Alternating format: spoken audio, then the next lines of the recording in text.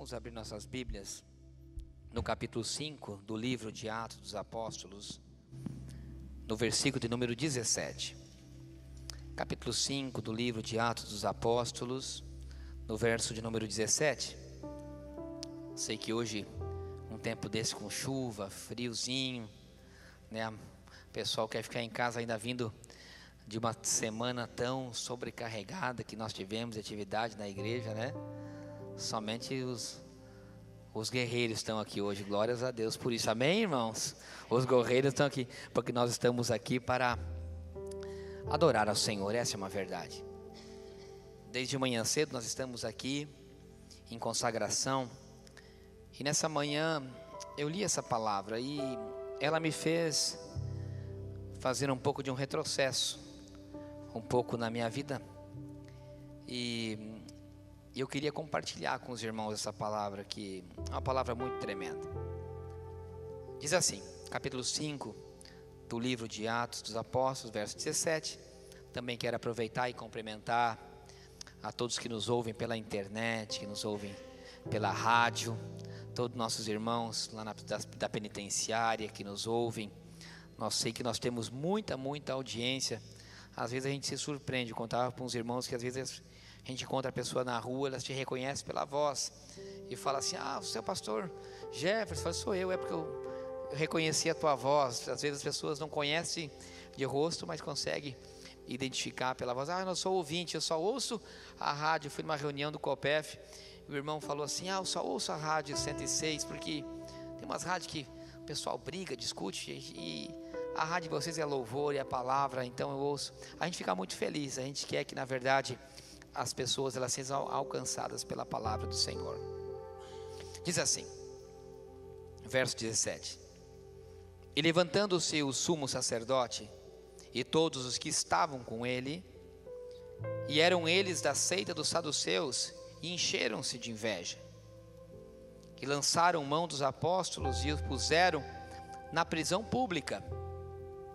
Mas de noite o anjo do Senhor abriu as portas da prisão e, tirando-os para fora, disse: Ide, apresentai-vos no templo e dizei ao povo todas as palavras desta vida.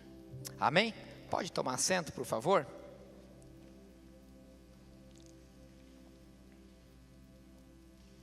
Eu me lembrava um pouco, pois esse tempinho assim me faz às vezes lembrar da minha infância. Já não tão infância assim. Eu me lembro que a gente morava no Conjunto Libra e na verdade eu queria ser agricultor, ou agrônomo, ou veterinário, alguma coisa para essa área. Foi sempre a área que eu muito gostei. Deus me levou a ser comerciante, mas na verdade meu coração ele sempre teve nas nossas raízes.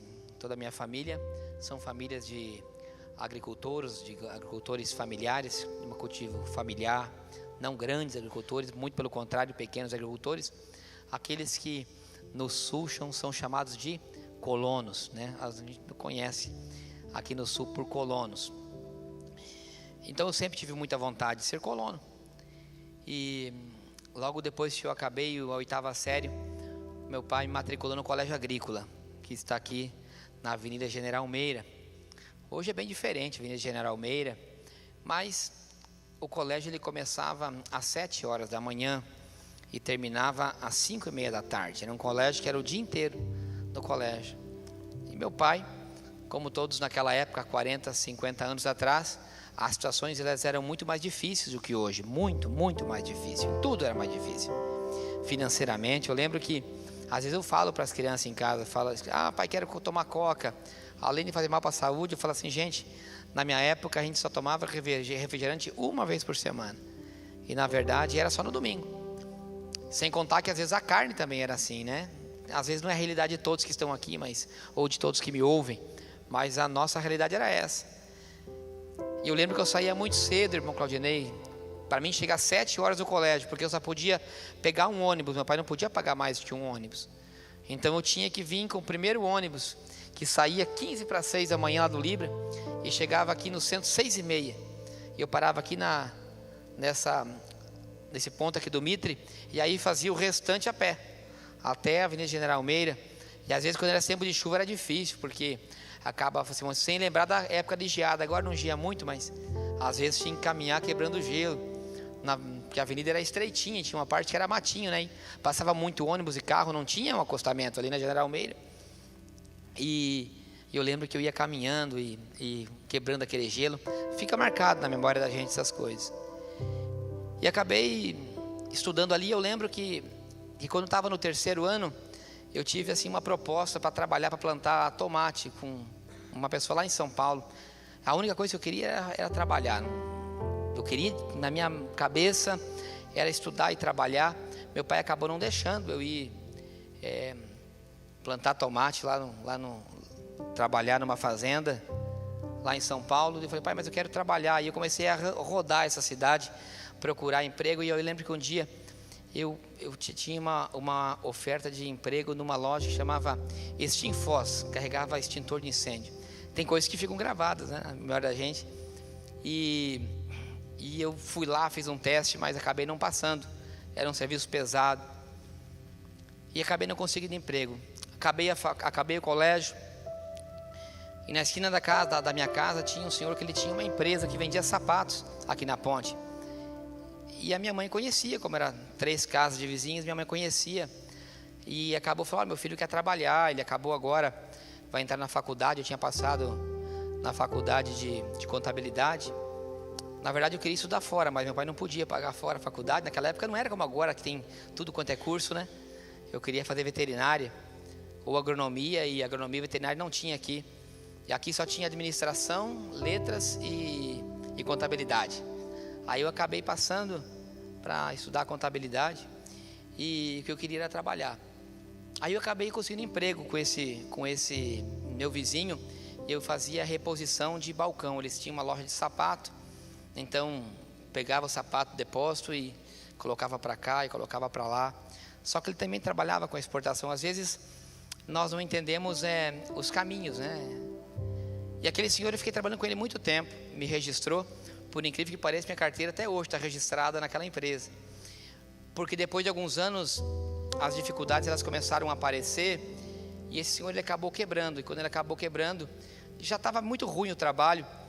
E eu lembro assim que às vezes eu tinha que trabalhar a pé, porque ele não estava pagando meu salário. Às vezes pagava um salário, depois passava 2 ou 3, e aí dava um vale, aquela coisa era assim.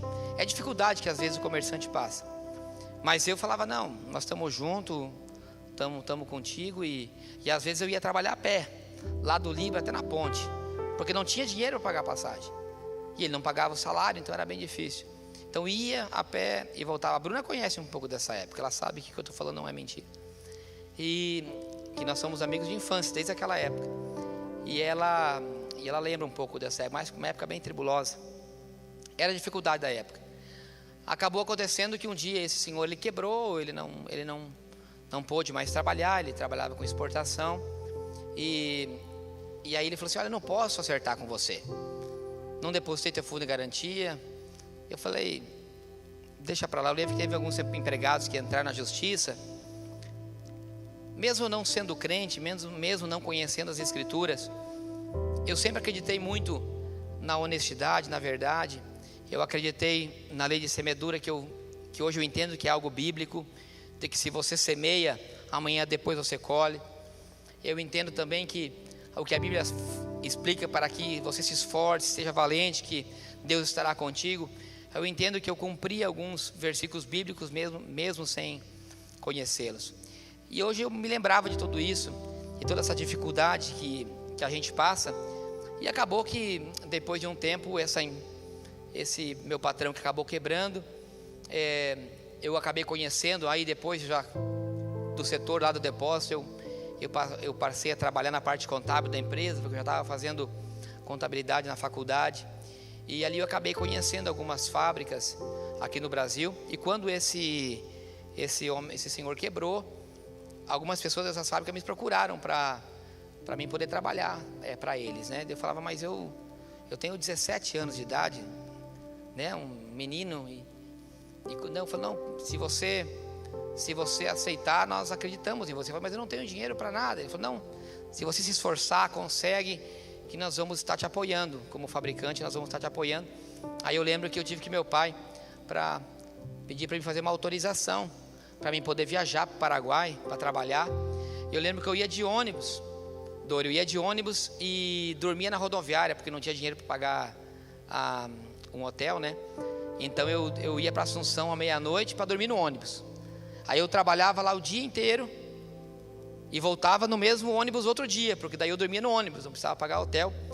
E lá assim eu comecei. Então esse final de semana me fez lembrar um pouco disso, porque saí daqui no domingo, por isso que eu não vim no culto. Fui para Assunção e fiz uma viagem meio relâmpago dessas. E quando eu voltava, adorando a Deus, estava lembrando disso, né? Hoje a gente de volta de carro, dorme num hotel, mas tem épocas que não eram assim. E são épocas de dificuldade da vida da gente. Eu queria falar um pouco disso, porque eu vejo assim que hoje em dia as pessoas elas desistem muito facilmente. Qualquer problema que acontece, a pessoa ela quer empreender algo, ela quer começar a fazer algo, que seja ou trabalho, ou mesmo na vida sentimental, ou mesmo que seja no ministério, dentro da igreja. O que eu percebo é que hoje, a geração de hoje é uma geração que ela desiste com muito facilmente as dificuldades. Eu entendo que a facilidade que hoje nós temos, o grau de possibilidade financeira que hoje é muito maior, a tecnologia ela é muito mais avançada. Hoje existem linhas de ônibus para tudo quanto é lado. Hoje para você comprar uma moto, comprar uma bicicleta, é tudo tão mais fácil. Um carro, praticamente a população inteira tem carro. Naquela época ninguém tinha carro. Quem tinha carro era somente quem era rico. Eu lembro que eu tinha alguns amigos que tinham carros e eu falava, nossa, o pai dele tem um carro, ele é rico. Casa própria mesmo também era assim. A maioria das pessoas viviam de aluguel. E hoje eu vejo assim, que as pessoas elas desistem com muita facilidade. As pessoas, apenas um pequeno problema que se levanta na vida dela, ela já quer desistir.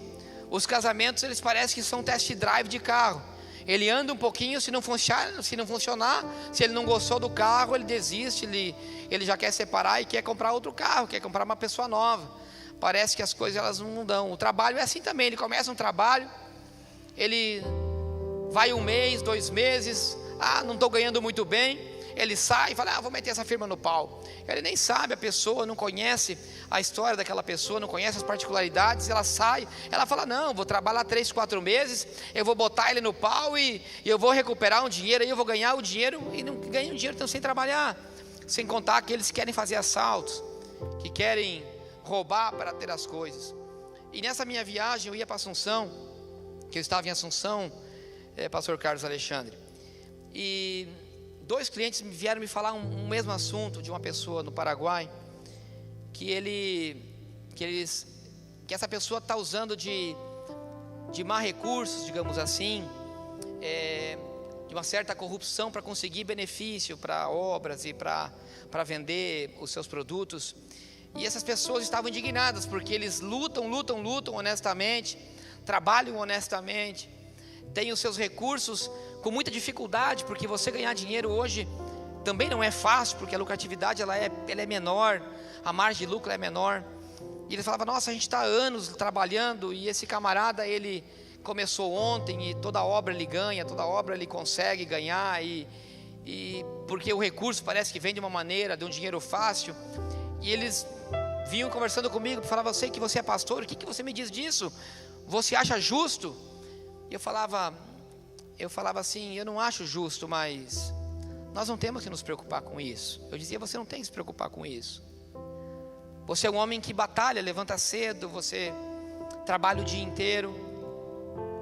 Eu falei, essa pessoa que ganha esse dinheiro desonestamente, você pode ter certeza que ele deita a cabeça no travesseiro e não dorme tranquilo. Mas você acha que ele não dorme? Eu falei, eu tenho certeza. Eu falei assim, você pergunte para um ladrão se ele ganha o dinheiro roubando, se ele acha que está certo. Ele sabe que não está certo.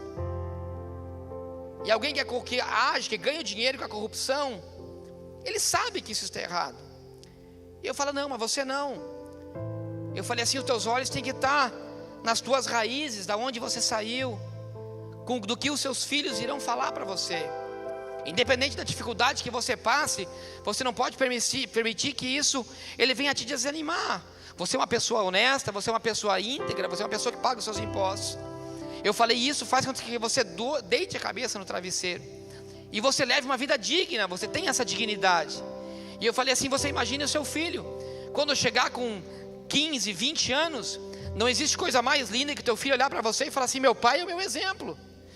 Ele pode não ser um homem rico, ele não pode ter tido os maiores bens, mas o exemplo que ele me deixou é um de homem de integridade. É um homem que valorizou a família, é um homem que me ensinou a honestidade, e é isso que vai te deixar uma pessoa, sendo uma pessoa feliz, uma pessoa realizada.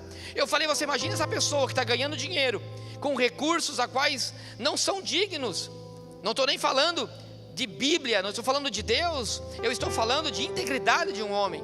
Eu falava para ele assim, você imagina o seu filho chegar com 15, 20 anos, e você quiser corrigir o teu filho, e ele falar, você não tem dignidade para me falar isso. Com que autoridade você fala se você é um homem corrupto? Se o dinheiro que você ganhou foi de má conduta? Porque eu conheço pessoas que têm nascidas na mesma casa, nascidas na mesma família, um é bom e outro é ruim, a Bíblia mostra isso.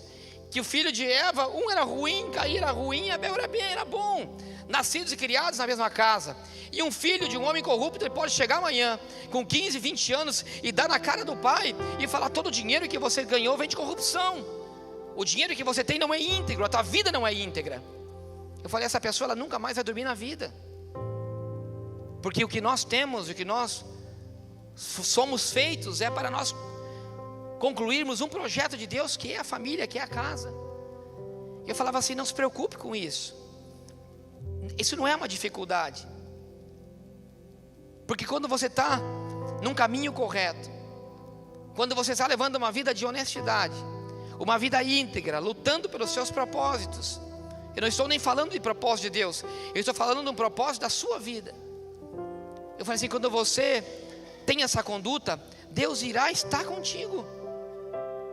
Eu disse para ele, não deixe ficar atribulado, não perca teu tempo, não se preocupe com ele, porque amanhã ou depois você vai ver o resultado dessa pessoa, onde essa pessoa irá terminar.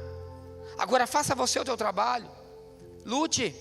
Teus filhos ainda são pequenos, quando eles chegarem com 20, 25 anos, aí você vai entender o que eu estou lhe falando. Mas eu contei um pouco de história, e essa palavra ela é muito forte em relação a isso, biblicamente falando. Nós estamos falando de Pedro e de João. Interessante que esses dois personagens que são precursores do livro de Atos dos Apóstolos e da igreja primitiva, eram pessoas de caráteres fortes. Como eu falei até mesmo na vigília, João era conhecido como filho do trovão. Pedro nós conhecemos, aquele que no momento de raiva cortou a orelha de uns soldados que estavam prendendo a Jesus. Mas esses dois homens, eles tiveram as suas vidas transformadas e começam a pregar o evangelho com muita autoridade. Homens que foram transformados pelo poder do evangelho, tiveram a sua vida literalmente transformada. E nós vemos nessa passagem do capítulo 3, 4 e 5, que esses homens eles estavam sendo muito usados por Deus para curar pessoas e para transformar a vida de pessoas. No capítulo 4 nós vemos que eles curam um coxo, e em Jerusalém todos conhecem aquele ato milagroso que Deus usou a vida desses dois apóstolos. E diz a palavra do Senhor, que diz que as pessoas elas saíam nos caminhos, nas ruas, e levavam os enfermos, os endemoniados, porque somente a sombra de que no momento em que eles passavam, a sombra tocava na vida daquelas pessoas eram curadas e transformadas. E o alvoroço começou a acontecer, porque o Espírito Santo usava de uma maneira tão forte a vida daqueles homens. A palavra ensina isso, nos conta essa história, e diz que os sacerdotes, os saduceus, os anciões, aqueles que eram os religiosos daquela época, eles começaram a ficarem alvoroçados. Até mesmo, nós lemos aqui que está entre parênteses, na minha Bíblia pelo menos, dizendo que eles estavam cheios de inveja, que aqueles homens eles estavam com uma inveja muito grande. Então eles pegam aqueles homens, porque eles pregavam a Deus e faziam milagres no nome de Jesus, e atribuíam o milagre literalmente ao Senhor Jesus e ao Deus que Ele era. a qual tinha sido crucificado e morto. E as pessoas, quando viam a ação do Espírito Santo daquela maneira tão poderosa, elas se convertiam e começaram a seguir esses apóstolos. E nós vemos que eles pegaram a esses homens, trouxeram eles para um interrogatório, para fazer o interrogatório. Só que como já era noite, colocaram eles dentro de uma prisão. E diz que no momento da madrugada, diz que um anjo entra naquela prisão, abre as portas de uma maneira tão milagrosa e tremenda. E não é aquela passagem que eles cantam juntos, essa é outra passagem. Essa é uma passagem que diz que um anjo entra, ele abre as portas das prisões.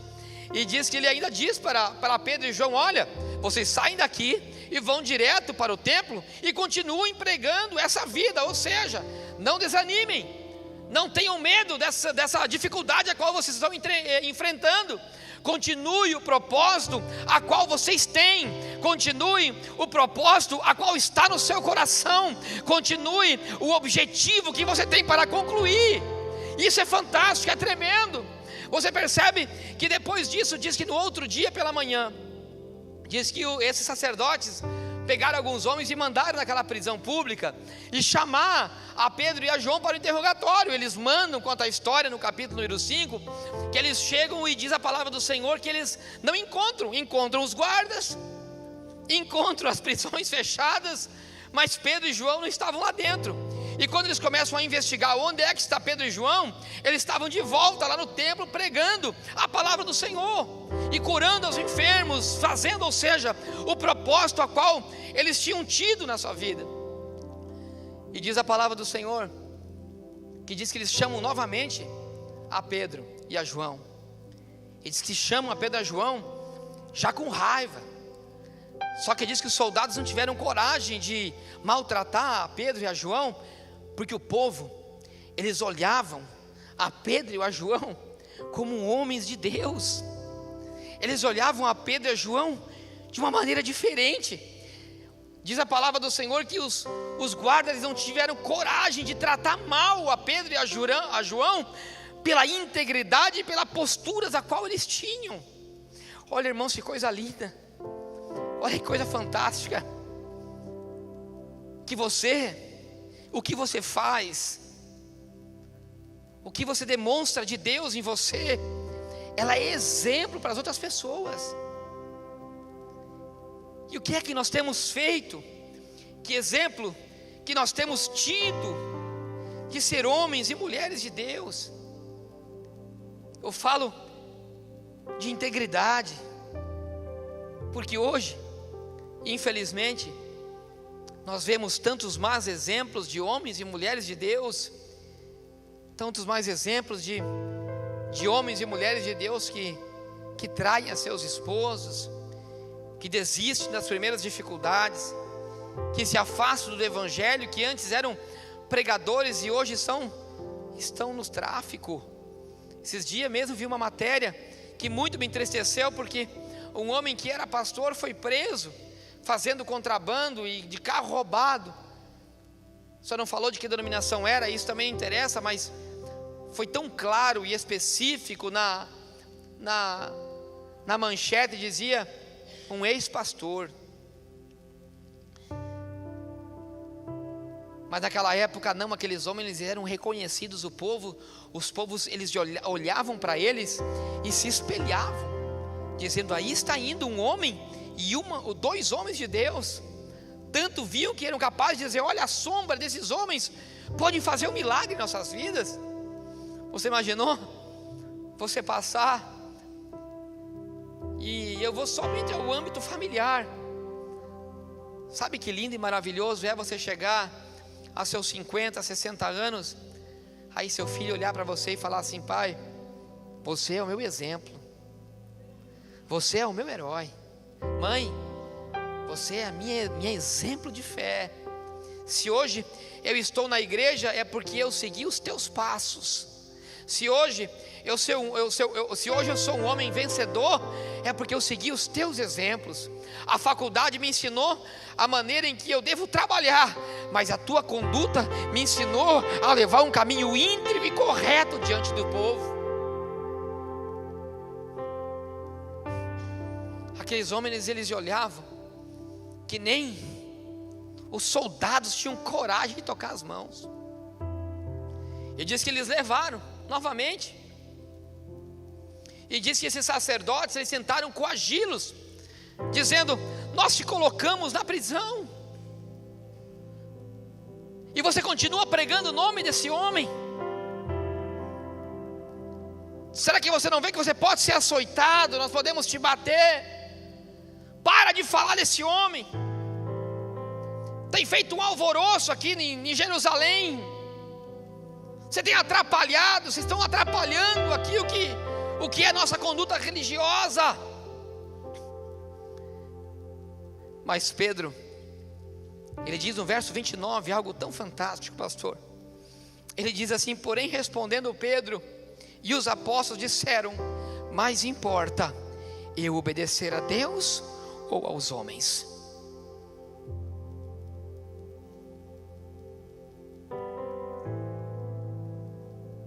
Eu queria fazer um ênfase a essa palavra. Mas importa você obedecer a Deus ou ao homem? Diante das dificuldades que você tem passado dentro do teu casamento, mais vale você continuar fiel e obedecer à voz de Deus, ou você ir contra a vontade de Deus e abandonar esse teu casamento? Eu não digo que estou falando para alguém aqui, mas eu sei que alguém que me ouve precisa ouvir essa palavra: homem de Deus. Mais vale você obedecer a voz de um homem que te diz: abandona, larga tudo, larga a tua igreja, foge com essa moça, ou mais vale você obedecer a Deus?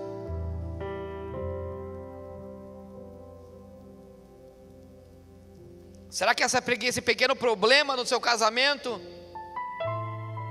será que essa pequena dificuldade vale a pena você acabar com toda a conduta de exemplo de homem de Deus que você teve?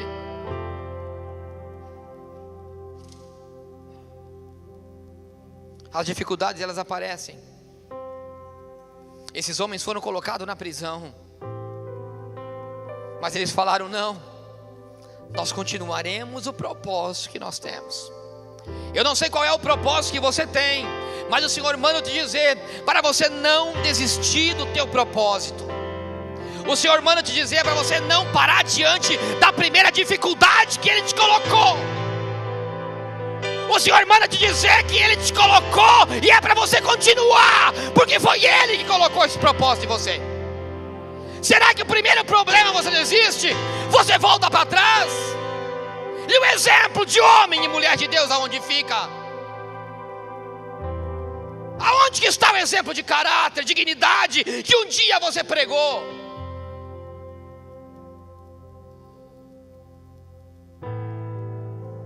Nós somos uma geração que se rende diante das dificuldades,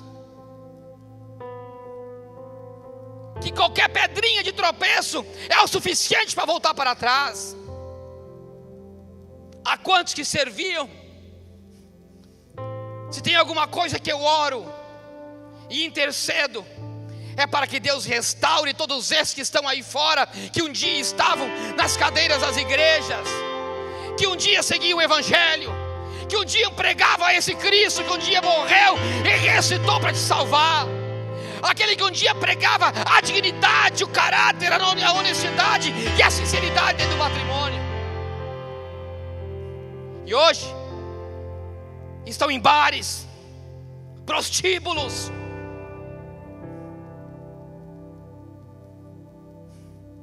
Mas eu creio numa geração que não se rende. Eu creio numa geração que não vê somente o financeiro, que vê a integridade e a dificuldade da vida como um obstáculo a seguir e a vencer, que serão marcas, serão chagas de vitória. Eu creio nesse Evangelho, eu creio nessa palavra. Eu creio em homens e mulheres que lutam, mesmo trabalhando sem salários,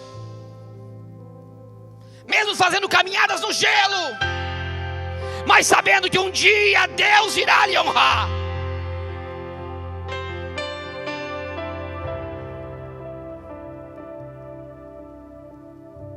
Há um propósito de Deus, e tudo que nós semeamos, nós colhemos.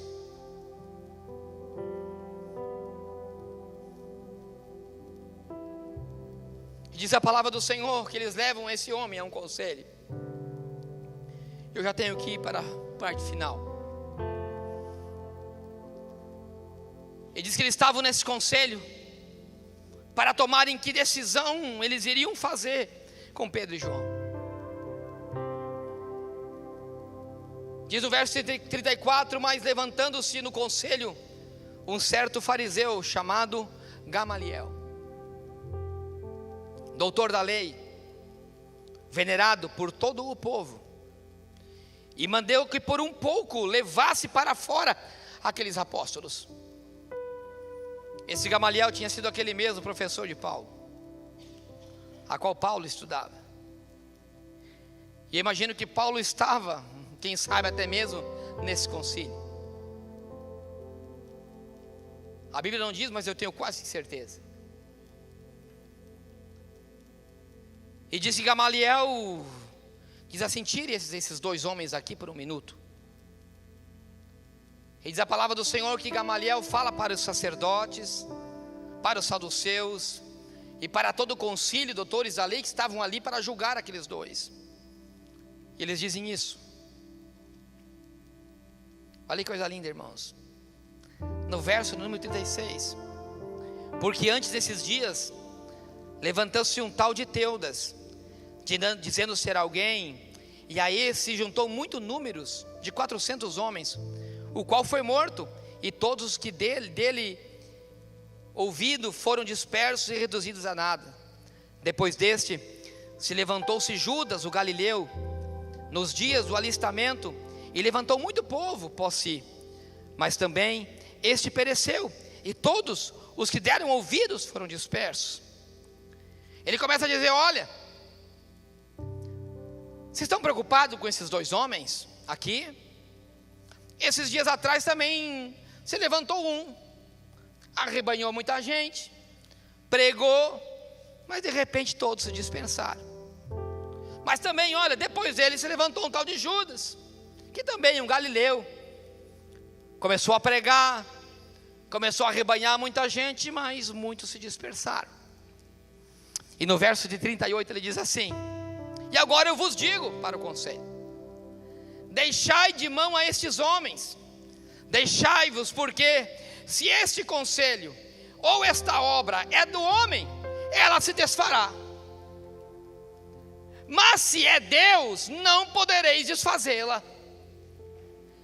Para que não contendes também chamados e sejam entendidos como contendendo contra Deus. Olha o que ele diz: se essa vontade que ele está tendo é própria da carne e não tem Deus, isso vai acabar logo. Agora, se é Deus na vida deles, não adianta nós queremos parar, que o negócio não vai parar. E ainda mais, será que vale a pena nós contendermos contra Deus, contra a vida desses homens? Eu tenho uma palavra para te dizer nessa noite. Eu tenho uma palavra que, diante de todas as dificuldades que a vida te apresenta, se você estiver indo no rumo carnal, da tua própria vontade, a coisa vai desaparecer, a coisa não vai vingar, em outras palavras. Agora, se você estiver no propósito de Deus, não adianta ninguém se levantar contra você, que o que Deus fazer contigo, ela irá prosperar, e ninguém vai conseguir te parar. A Bíblia é muito clara, que a vontade do homem, ela se acaba. E é por isso que tem muitas pessoas que você vê, que elas começam a empreender algo, no começo vai muito bem, mas depois, ó, não vinga. É no ministério, é no casamento, é na vida particular, é no trabalho, é no começando um negócio. Por isso que você, quando vai começar um negócio, tem que orar. para saber se isso é tua vontade ou se é vontade de Deus. Porque se for tua vontade, não vai vingar. Agora, se tiver no plano de Deus, não tem como em homem nenhum contender contra ou quiser impedir. Foi isso que eu dizia para os meus clientes: faça teu trabalho honestamente, porque se Deus é contigo, aquele não vai vingar e você vai prosperar. Mais cedo ou mais tarde, as coisas irão acontecer na sua vida. Agora, não adianta ninguém se levantar, não adianta te colocar na cárcere, não adianta querer te prender. Se você está na vontade de Deus, a palavra que eu tenho para você nessa noite é: continua na vontade de Deus, continua no propósito que Deus tem para a tua vida, porque não adianta homem se levantar, que você não vai cair. Agora, aquele que se levantar vai se dispersar, porque Deus é contigo e Ele te colocará até o fim da tua conduta. Não desista do teu casamento. Teu casamento não foi de Deus? Continue. O teu trabalho não foi Deus que te deu? Então continue. Não adianta o homem se levantar, não adianta querer te colocar numa prisão, que pode até te colocar numa prisão, mas vai vir um anjo do céu e vai abrir as portas da maneira que você nem imagina. É por isso que você vê histórias assim, de que a coisa estava tão fechada, que a coisa não acontecia, e de repente, do nada, uma porta milagrosa se abre, escancarada para você sair. A tua porta está fechada, está se sentindo preso? Continue adorando a Ele, só fica no propósito que vai vir um anjo do céu e vai abrir essa porta para você sair. Não adianta homem nenhum se levantar, não adianta fazerem reuniões para te arrancar do lugar aonde você está. Não adianta fazer reuniões para te arrancar, porque se Deus te colocou e é propósito, você vai ficar naquele lugar.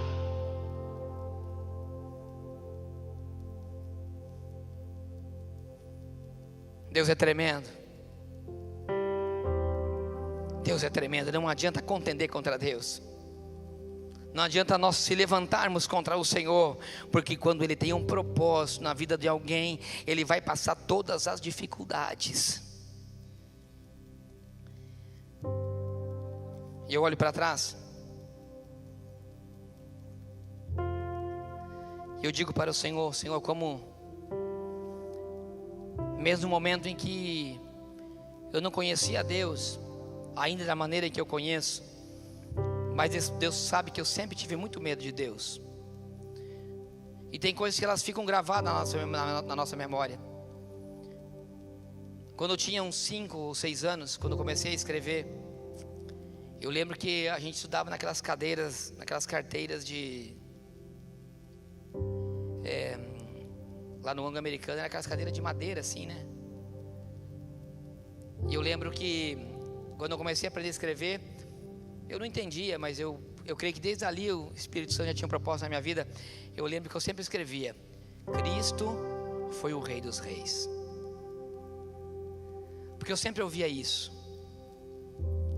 Meu pai falava muito isso. Mesmo quando eu criança, eu ouvia muito essa frase. E aonde que eu ia, que tinha uma cadeira onde isso não estava escrito, eu escrevia: Cristo foi o Rei dos Reis. E eu lembro que quando eu era criança, de uma certa forma, até era um pouco motivo de chacota isso. Para mim, eu lembro que ficou gravado isso na minha mente, que era como chacota. Mas eu entendo que dentro de mim já vinha um propósito de Deus.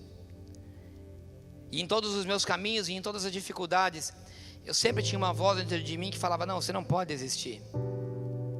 Você não pode largar isso. Acredite, confie, que as coisas elas irão acontecer. Eu quero orar por você nessa noite. Eu quero orar por você que está aqui, por você que está me ouvindo pela internet, pela rádio, porque eu sei que há muitas dificuldades. Eu sei que a vida, ela nos coloca muitos obstáculos, mas eu quero orar por você em cima dessa palavra. Essa palavra foi muito gratificante para mim quando eu ouvi. Porque eu sempre acreditei muito que Deus, Ele iria sempre à frente das coisas que eu fazia. Ainda mais depois que eu conheci o que a Bíblia nos ensinava, de você semear, de você ofertar, de você dizimar, de você ser fiel a Deus em todas as áreas. Eu sempre acreditei muito, mesmo nos momentos de extrema dificuldade. Eu sempre acreditei que Deus, Ele iria e não iria permitir que faltasse. E graças a Deus, até hoje, nunca faltou comida na nossa mesa, no nome de Jesus. Mas eu sempre tive confiança e tratei de cumprir o propósito de Deus na minha vida. Às vezes sim, dá vontade de você voltar para trás, de você desistir.